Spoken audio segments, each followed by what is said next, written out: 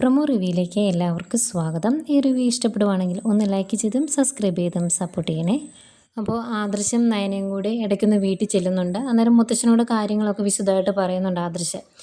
അമ്മയുടെയും നയനയുടെയും blood group ഒന്നായിരുന്നു എന്നും നയനയാണ് ബ്ലഡ് കൊടുത്തത് എന്നും പറയും. എന്നിട്ട് ആദർശ് പ്രത്യേകം പറയുന്നുണ്ട് ഇതൊന്നും അമ്മയെ അറിയിച്ചിട്ടില്ല. കാരണം ഐസിയുവിൽ പോലും നയനയെ കണ്ടപ്പം ഓടിക്കുമായിരുന്നു അമ്മ.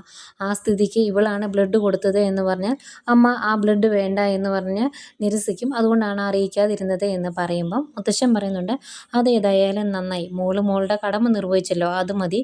അല്ലാതെ ആ സമയത്ത് അനാമികയെ പോലെ പേടിച്ച് ഓടി മാറിയില്ലല്ലോ, അത് മതിയെന്ന് മുത്തശ്ശൻ പറയുന്നുണ്ട്. പിന്നെ കാണിക്കുന്നത് നമ്മുടെ അനാമിക ഉറഞ്ഞു തുള്ളി ഇങ്ങ് വരുവാണ്. കാരണം നന്ദുവും അനിയങ്ങളുടെ ഐസുവിൻ്റെ ഫ്രണ്ടിൽ സംസാരിച്ചുകൊണ്ട് നിൽക്കുന്നത് കണ്ടുകൊണ്ടാണ് അനാമിക അങ്ങോട്ട് വരുന്നത്. അതാണ് ആ പൊട്ടിത്തെറിയുടെ കാരണം. അനാമിക പറയുന്നുണ്ട്, ഓ ആരുമില്ലാത്ത സമയം നോക്കി ഇവിടെ നീ വിളിച്ച് കയറ്റിയല്ലേ, വല്യമ്മ ഐസിയുവിലാണ്, വേറെ ആരുമില്ല, അപ്പോൾ സൗകര്യം പോലെ രണ്ടെണ്ണത്തിനും വർത്തമാനം പറയാലോ, അതിനു വേണ്ടിയായിരിക്കും നീ വിളിച്ചത് എന്നൊക്കെ പറഞ്ഞങ്ങ് അവിടെ കിടന്ന് തുള്ളി സംസാരിക്കുവാണ് ഉറക്കെ. അന്നേരം ഇതൊക്കെ കേട്ടുകൊണ്ട് അപ്പുറത്തോടെ നേഴ്സുമാരൊക്കെ വന്നിട്ടുണ്ട്. അവരൊക്കെ അതിശയിച്ച് റൂമിലോട്ട് കയറി പോവാണ്. അന്നേരം ആകെ നാണക്കേടാവുന്നുണ്ട് എനിക്ക്. ഏതായാലും ആ താണ്ഡവത്തിന് ശേഷം അനാമിക കയറി പോകുന്ന ഐസിയിലേക്കാണ്. അവിടെ ചെന്ന് അത്യാവശ്യം ഡോസ് കുറച്ച് ദേവയാനിക്കും കൊടുത്തിട്ടായിരിക്കും മിക്കവാറും അനാമിക പോകുന്നത്. പിന്നീട് നയനയുടെ മാസ് ഡയലോഗാട്ടോ.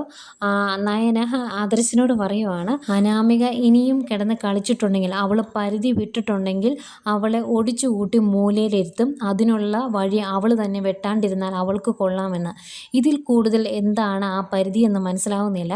ആവശ്യത്തിന് കുശുമ്പും കുഞ്ഞായ്മയും ഒക്കെ ഉണ്ടാക്കുന്നുണ്ട്.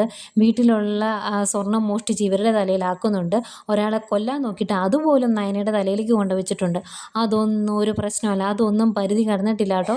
ഇനി പരിധി കടന്നിട്ടുണ്ടെങ്കിലാണ് പ്രശ്നമാക്കുന്നത്.